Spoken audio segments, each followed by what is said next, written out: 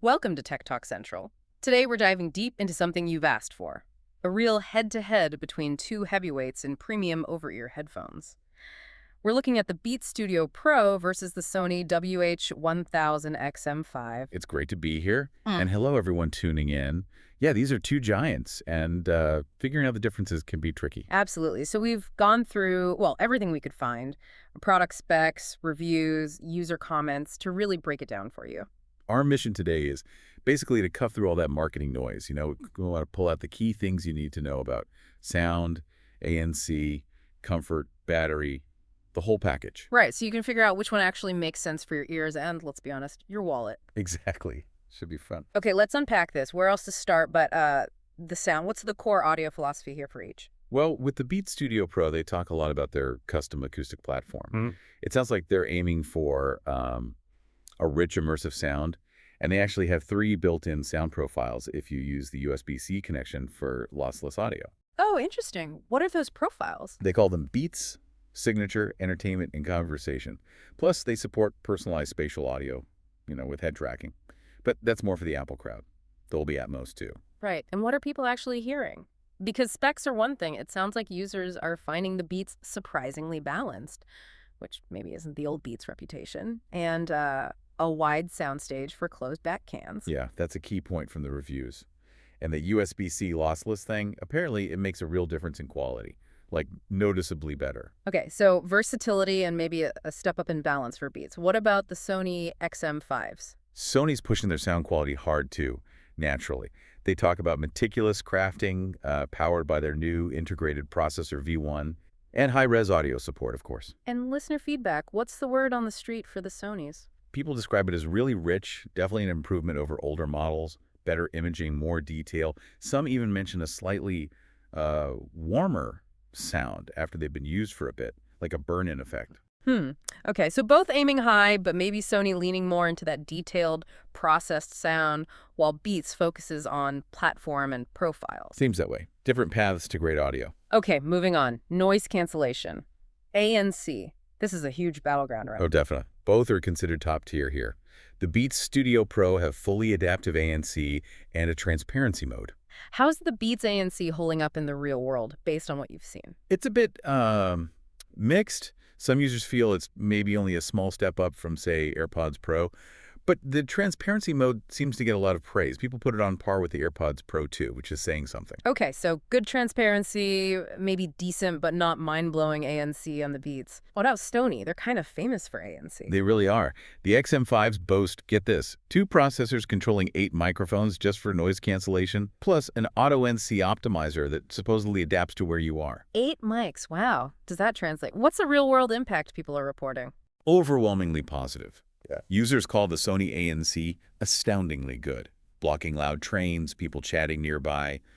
It seems to handle a lot. One thing that comes up is how well it tackles those tricky mid- and high-frequency sounds, not just low rumbles. Any downsides? Any situations where it struggled? Well, one review did mention it wasn't perfect during a plane taking off unless they manually tweaked something.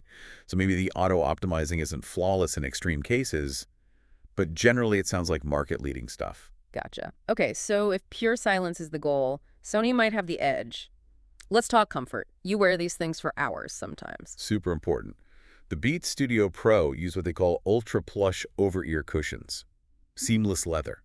They're described as comfy, snug, not too massive on the head, and they weigh 260 grams. And the Sony XM5s, how do they feel? Sony's are known for comfort. They really emphasize the lightweight design. Soft fit leather, trying to minimize pressure. They have a stepless slider for adjustment, smooth swivel. All about that premium feel.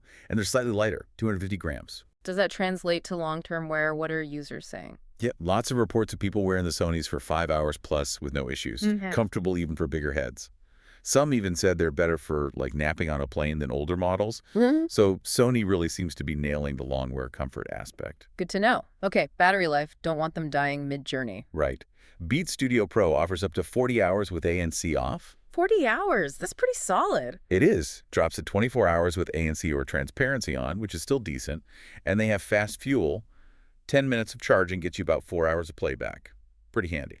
Okay, 24 with ANC on for Beats. How does Sony compare? Sony XM5s clock in at up to 30 hours playback. That's Yeah. generally assumed to be with ANC on, though they don't always specify clearly. Hmm. Their quick charge is really fast, though. Just 3 minutes plugged in gets you 3 hours of listening time. Wow, 3 minutes for 3 hours. That's impressive. And both use USB-C. Yep, USB-C for both. Nice and standard. Okay, beyond music calls and connectivity, how do they handle that? Beats uses voice targeting mics, 6 total, 4 for ANC, 2 for calls to filter out background noise. Ah.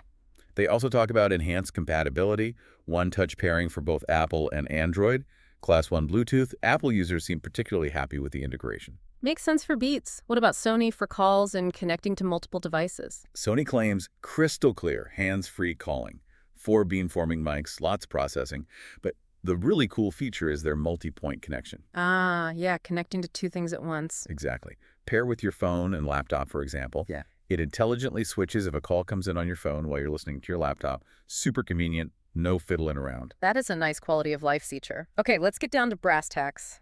The price, what are we looking at? All right. The Beats Studio Pro list price is around $350, but you often see them retail closer to $300. And used. You can find them much lower, sometimes under $180. What's interesting is the user feedback on that price. Right. A lot of reviews basically say, don't pay $350. But if you can grab them for under $200, suddenly they feel like excellent value, especially if you're in the Apple ecosystem. So their value proposition seems really tied to finding a deal. How about the Sony XM5s? Sonys are generally pricier. New, you're looking at around $398, maybe a little less on sale. Used, maybe around $220 or so. And do people feel they're worth that higher price? It seems so. Users point to that astoundingly good noise cancellation, the comfort. They feel these justify the cost, especially if you find a bit of a discount. The perceived value seems more stable at its MSRP.